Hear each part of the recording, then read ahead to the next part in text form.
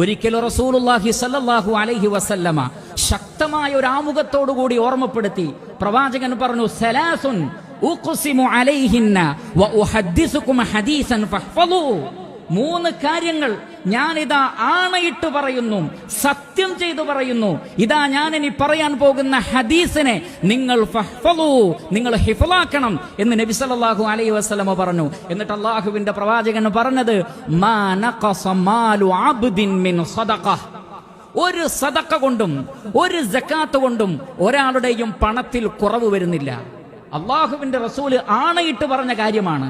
പരിശുദ്ധ ഖുർആനിലൂടെ അല്ലാഹു സുബ്ഹാനഹു വ തആല അത് വ്യക്തമാക്കിയിട്ടുണ്ട്. വമാ അൻഫഖതും മിൻ ശൈഇൻ ഫഹുവ യുഖ്ലിഫു.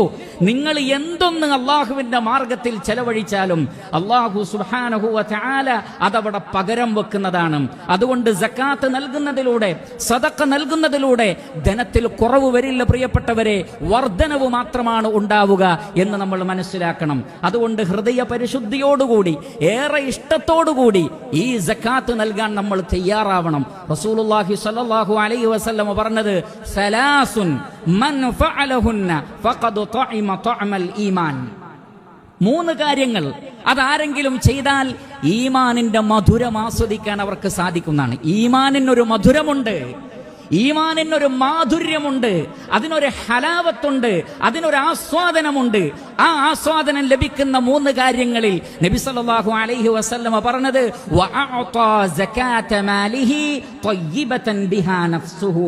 നല്ല മനസ്സോടുകൂടി ഹലാലായി സമ്പാദിച്ച ധനത്തിൽ നിന്ന് ഒരു പ്രയാസവുമില്ലാതെ സകാത്ത് നൽകുന്നവരാരോ അവർക്കാണ് ഈമാനിന്റെ മധുരം ആസ്വദിക്കുവാൻ സാധിക്കുന്നത് എന്ന് റസൂലുള്ളാഹി സ്വല്ലല്ലാഹു അലൈഹി വസല്ലമ പഠിപ്പിച്ചിരിക്കുന്നു. അതുകൊണ്ട് പ്രിയപ്പെട്ട സഹോദരങ്ങളെ, ഈമാനിന്റെ മധുരം ആസ്വദിക്കുവാൻ നാം ആഗ്രഹിക്കുന്നുവെങ്കിൽ, യഥാർത്ഥ മുസ്ലിമീങ്ങളായി തീരാൻ നാം ആഗ്രഹിക്കുന്നുവെങ്കിൽ, സകാത്ത് നൽകാൻ ബാധ്യതയുള്ള ആളുകൾ അത് കണക്കാക്കി അർഹതപ്പെട്ട ആളുകൾക്ക് അത് നൽകണം. അല്ലാഹു സുബ്ഹാനഹു വ തആല നാം ഏവരെയും അനുഗ്രഹിക്കുമാറാകട്ടെ.